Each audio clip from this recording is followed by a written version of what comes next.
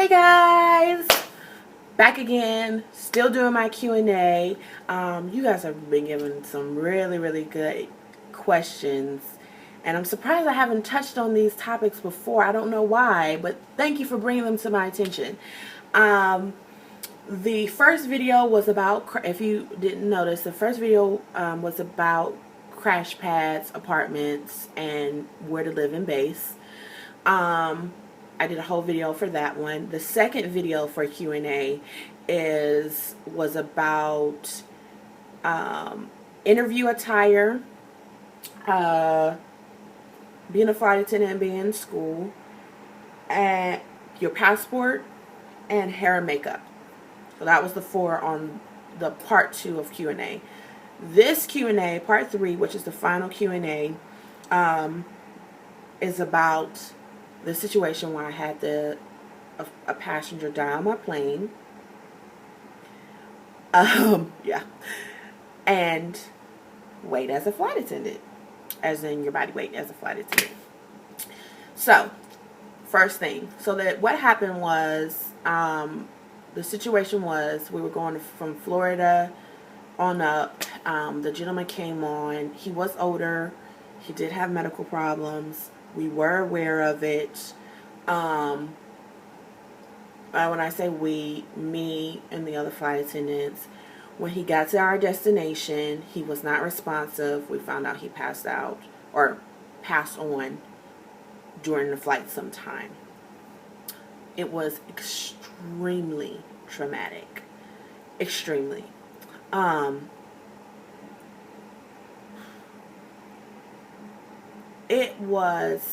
It shook me to the core because I don't even think I hit my 6-month,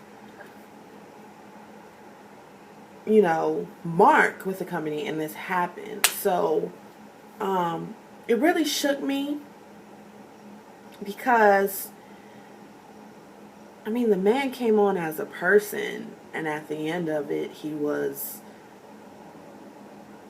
a body. And it's so crazy that I saw this in the comments as a question for me too, because I know I told you, I touched on it a little bit in one of my videos, but I never explained to you exactly all what happened. And I tried, honestly I did. I tried several times to try to, and I just couldn't do it because, and I know this is very selfish of me, I didn't know the man. He was older. He wasn't by himself. His daughter was taking him home. And I, by no means am I trying to make this about myself. However, that situation was like the perfect situation to demonstrate the other side of this job. Yes, I love my job. Yes, I love to travel. Yes, I love meeting new people, but there's a whole other side that no one talks about because, one, it doesn't happen often. Obviously, no one dies on your plane, and there's not emergency procedures done every day. And then, 2, I don't know. I don't know why it's not talked about more, but I never felt more alone in this job than when I had that happen. Because, 1, the airline has a job. Their job is to get you to and from your destination. That's their job. They have thousands, if not millions, of people that depend on them to get them from point A to B. Okay? So with that being said, yes, this gentleman died. It's unfortunate. We can't stop the company for a day just because this man died, because that's not going to bring him back to life. That's not going to change the fact that he died. So we have to move on.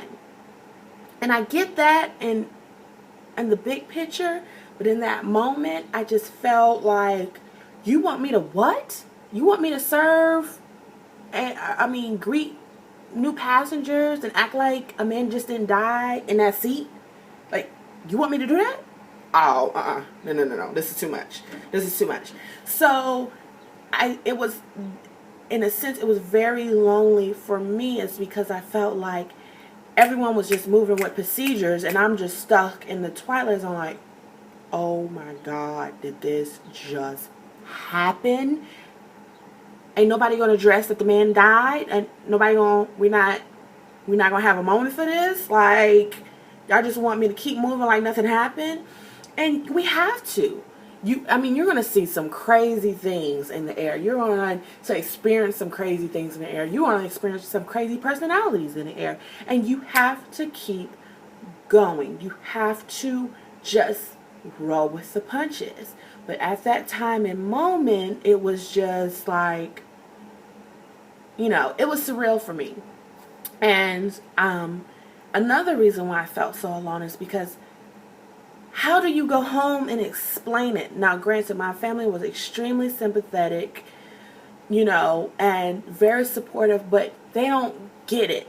No one gets it unless you're in this industry. There's no way you can. That's like trying to sympathize with an ER doctor. You know what I'm saying? Who patient dies on the slab or something like that. Like, and I'm not comparing myself to a doctor or anything like that, but I'm just saying no one can understand but another doctor. When a doctor goes home to his wife, who's a Sunday school teacher, she's not gonna get it that he had blood squirting at him and the person died. Like, there's no way to describe that. There's no way to relay that message properly for someone to really grasp it.